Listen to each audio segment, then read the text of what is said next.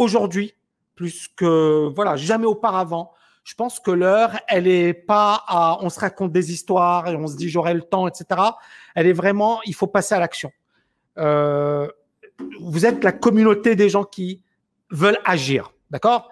Et dans la communauté des gens qui veulent agir, clairement, il faut changer d'état d'esprit. C'est-à-dire, il y a des gens qui vont se lamenter sur leur sort, qui vont se plaindre, qui vont accuser le gouvernement, qui vont accuser Trump, qui vont accuser les Illuminati, etc., qui vont accuser les banques.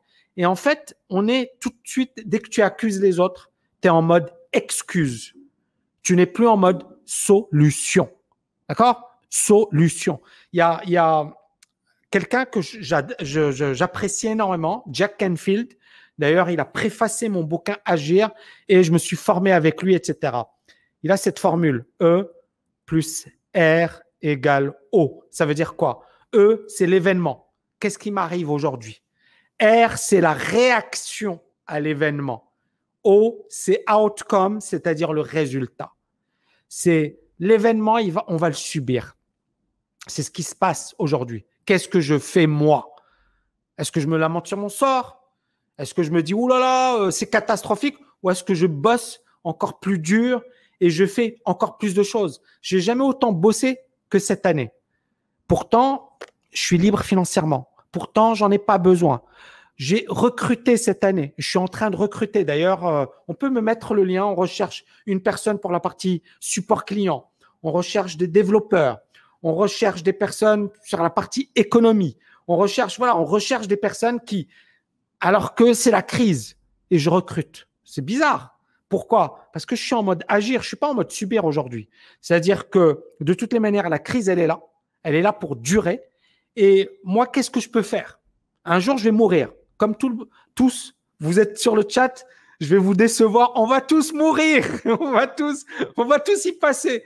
Le point le plus important, mais encore une fois, je vois des abrutis, des gens qui disent « Ouais, mais pourquoi tu fais des vidéos si tu es riche c'est n'importe quoi. Pourquoi tu écris des bouquins ?» Et quel ces 3 points de suspension. J'ai acheté ce bouquin, les amis. J'ai acheté ce bouquin. C'est un magnifique bouquin de alors c'est Jesse Livermore, mais version collector. Il est magnifique. Ce bouquin, je l'ai acheté.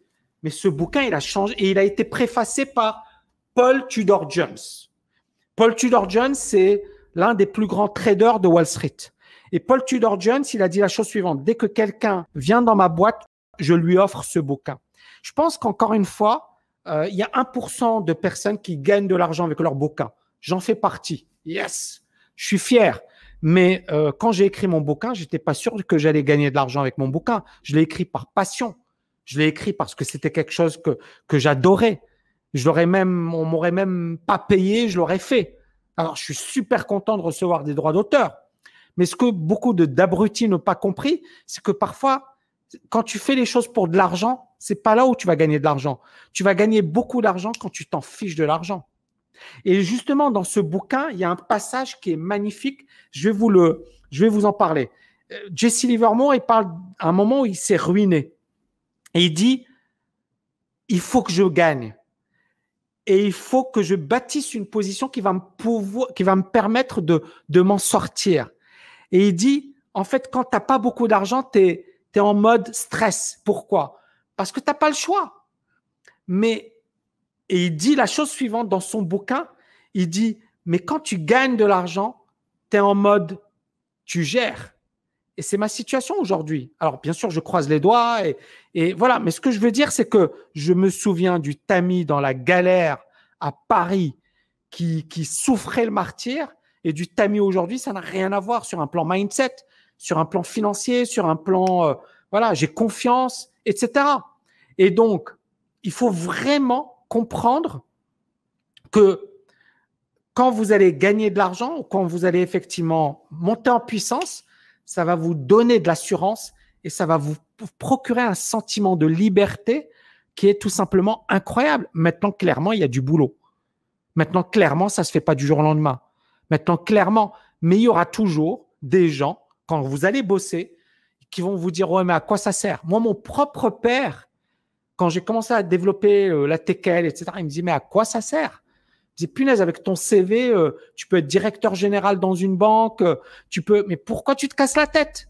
Et je lui disais, c'est ma passion. C'est un truc que j'ai envie de faire. Et donc, beaucoup de gens vont vous décourager. Beaucoup de gens vont te dire, mais à quoi bon? Mais pourquoi tu le fais? Et en fait, la meilleure manière de leur répondre, c'est d'agir, c'est de faire des choses.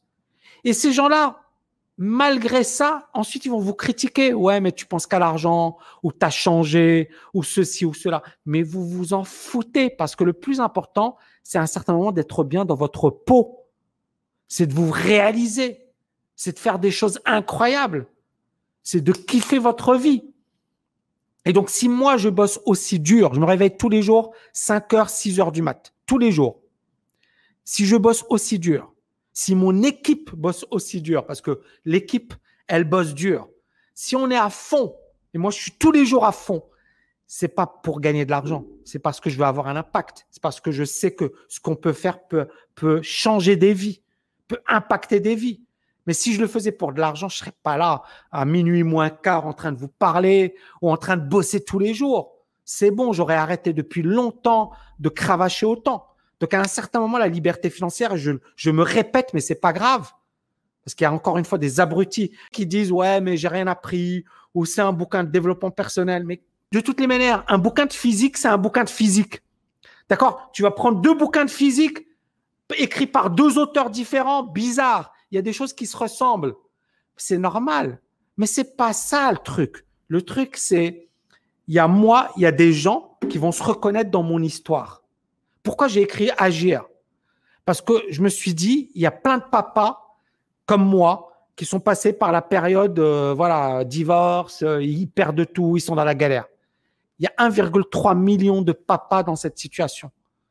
Alors, je vais pas dire à tous les papas qui sont en galère, qui ne voient plus jamais leur enfant, parce qu'il y a 1,3 million de papas en France qui ne voient plus jamais leurs enfants. Je ne vais pas leur dire tu vas devenir libre financièrement et ta vie va changer en lisant le bouquin, mais ça peut leur donner un déclic, ça peut leur donner des solutions. Et ils vont se dire waouh, s'il l'a fait, pourquoi pas moi? Et c'est ça le plus important, c'est tout.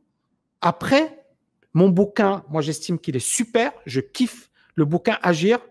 Et il y aura, par contre, il y aura toujours des abrutis pour dire c'est nul, c'est ceci, c'est cela. Mais si j'avais écouté ces gens-là, j'aurais jamais rien fait de ma vie. Et j'aurais pas, cette communauté, j'aurais pas créé ce que j'ai fait. Donc, à un certain moment, tracer.